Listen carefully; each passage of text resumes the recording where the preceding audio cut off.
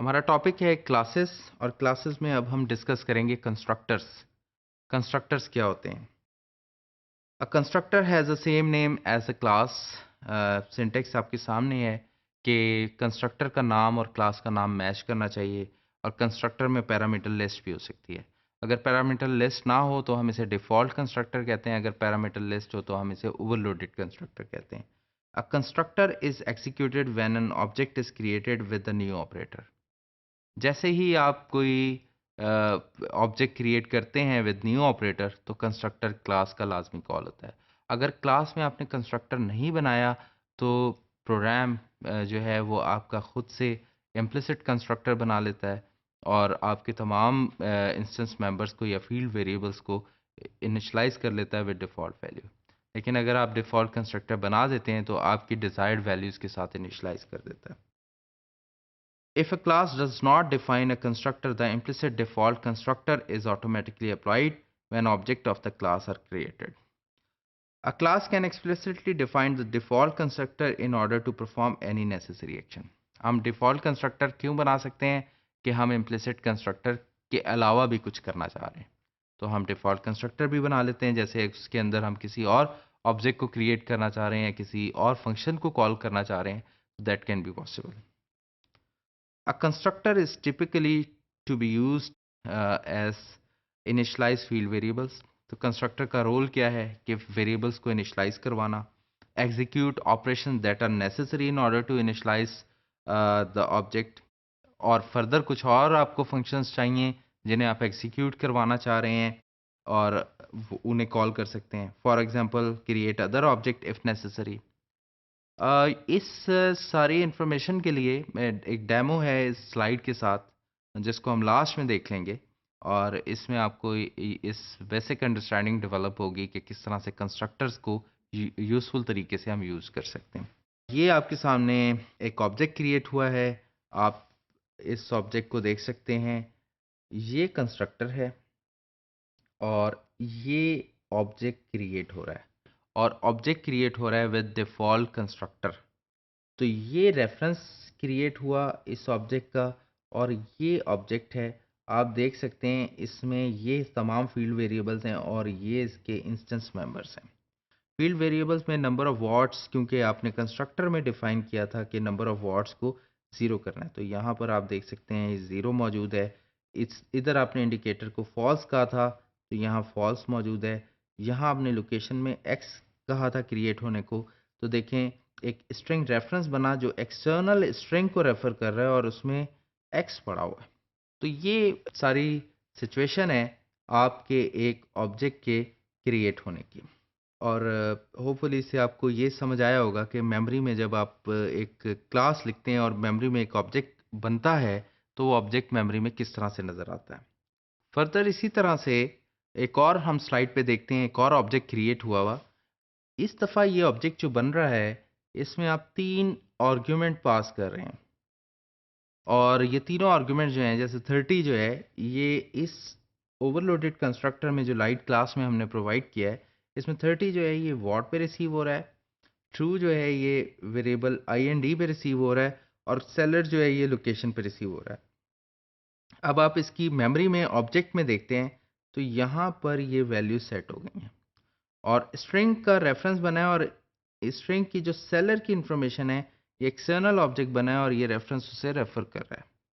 तो बेसिकली इससे आपको ये समझ आ रहा है कि जब भी आप यानी कंस्ट्रक्टर बना रहे हैं, डिफरेंट कंस्ट्रक्टर बना रहे हैं, तो आपके पास कंस्ट्रक्टर की वजह से, क्लास में कंस्ट्रक्टर्स की वजह से ऑब्जेक्ट्स बनाने की डिफरेंट ऑप्शंस मौजूद हैं। पहले आपने ऑब्जेक्ट बनाया विद नो इन्फॉर्मेशन, तो मेमोरी में ऑब्जेक्ट बन गया और उसमें कोई इन्फॉर्मेशन नहीं थी या डिफ़ॉल्ट इन्फॉर्मेशन थी। दूसरा आपने ऑब्जेक्ट बनाया विद डिज़ायर्ड इन्फॉर्मेशन, आपने कुछ पैरामीटर्स के तौर पे इन्फॉर्मेशन पास की तो वो भी ऑब्जेक्ट बन गया और वो सारे वैल्यूज़ जो थी वो इसमें सेट हो गई। तो यहाँ पर आपको इससे पता ये लग रहा है कि किस तरह से कंस्ट्रक्टर के ज़रिए मेमोरी में डिफरेंट ऑब्जेक्ट्स बनाए जा सकते हैं। अब कुछ रिमार्क्स हैं हमारे कंस्ट्रक्टर्स के ऊपर। If no constructors are defined for the class, the implicit default constructor is executed. अगर हम क्लास में कोई कंस्ट्रक्टर नहीं बनाते तो हमारा इम्प्लिसिट डिफ़ॉल्ट कंस्ट्रक्टर काम करेगा। When an object is created using the new operator, if constructors are defined for the class, the implicit default constructor is not executed. तो अगर एक ऑब्जेक्ट बनाते हैं विद न्यू ऑपरेटर और कंस्ट्रक्टर्स मौजूद हैं तो फिर इम्प्लिसिट कंस्ट्रक्टर काम नहीं करेगा. If only non-default constructors are defined for the class, it is an error to call the implicit default constructor. For instance, अगर आप non-default constructor means overloaded constructors जो हैं वो आप define कर देते हैं तो ये एक error है कि फिर implicit default constructor call नहीं होगा और आपको default constructor भी class में provide करना पड़ेगा जिसका overloaded constructor आपने बनाया है. Constructors guarantee that an object will have a consistent state when an object is created. तो ये एक हमें बहुत ज़्यादा फ़ायदा है कंस्ट्रक्टर के हवाले से कि जब भी मेमोरी में ऑब्जेक्ट बने तो उसकी स्टेट कंसिस्टेंट होनी चाहिए. वो कंसिस्टेंटली क्रिएट होना चाहिए. उसमें ऐसा डाटा ना हो जिससे ऑब्जेक्ट की स्टेट एबनॉर्मल नज़र आए. फॉर इंस्टेंस मैं एग्जांपल देता हूँ कि टाइम का ऑब्जेक्ट बने तो उसमें वैलिड डाटा होना चाहिए. आवर्स जो हैं वो 0 से लेके 24 की रेंज के अंदर होने चाहिए. मिनट्स जो हैं वो 0 से 60 की रेंज में होने चाहिए. सेकंड्स जो हैं 0 से 60 की रेंज में होने चाहिए. बाकी तमाम वैल्यूज़ इनवैलिड हैं, एबनॉर्मल हैं. तो कंस्ट्रक्टर के थ्रू हम इन चीज़ों को ऑब्जेक्ट क्रिएट करते वक्त जहन में रख सकते हैं और अच्छे तरीके से ऑब्जेक्ट को इनिशलाइज करवा सकते हैं. तो होपफुली आपको कंस्ट्रक्टर्स के बारे में अंडरस्टैंडिंग हुई होगी. अब हम डेमो देखते हैं जो कि कंस्ट्रक्टर्स के हवाले से हमें मज़ीद प्रैक्टिकल इन्फॉर्मेशन देगा. ये हमारी क्लास है लाइट जो अभी हमने प्रीवियस स्लाइड में जिसका हम जिक्र कर रहे थे. यहाँ पर हमारे फील्ड वेरिएबल्स हैं number of what's, indicator and location. और ये डिफ़ॉल्ट कंस्ट्रक्टर है. डिफ़ॉल्ट कंस्ट्रक्टर क्यों कहला रहा है ये कि इसके अंदर हमने कोई पैरामीटर पास नहीं किया तो ये इस क्लास का डिफ़ॉल्ट कंस्ट्रक्टर है. और हमने नंबर ऑफ वॉट्स को उसकी इनिशियल वैल्यू यानी इंटीजर की इनिशलाइज्ड वैल्यू है वो 0 होती है और बूलियन की फॉल्स होती है. और लोकेशन को हमने एम्प्टी के बजाय एक्स से इनिशलाइज कर दिया. तो ये इस कंस्ट्रक्टर में हमने तीनों वेरिएबल्स को सर्टेन वैल्यूज़ के डिफ़ॉल्ट वैल्यूज़ के साथ इनिशलाइज कर दिया.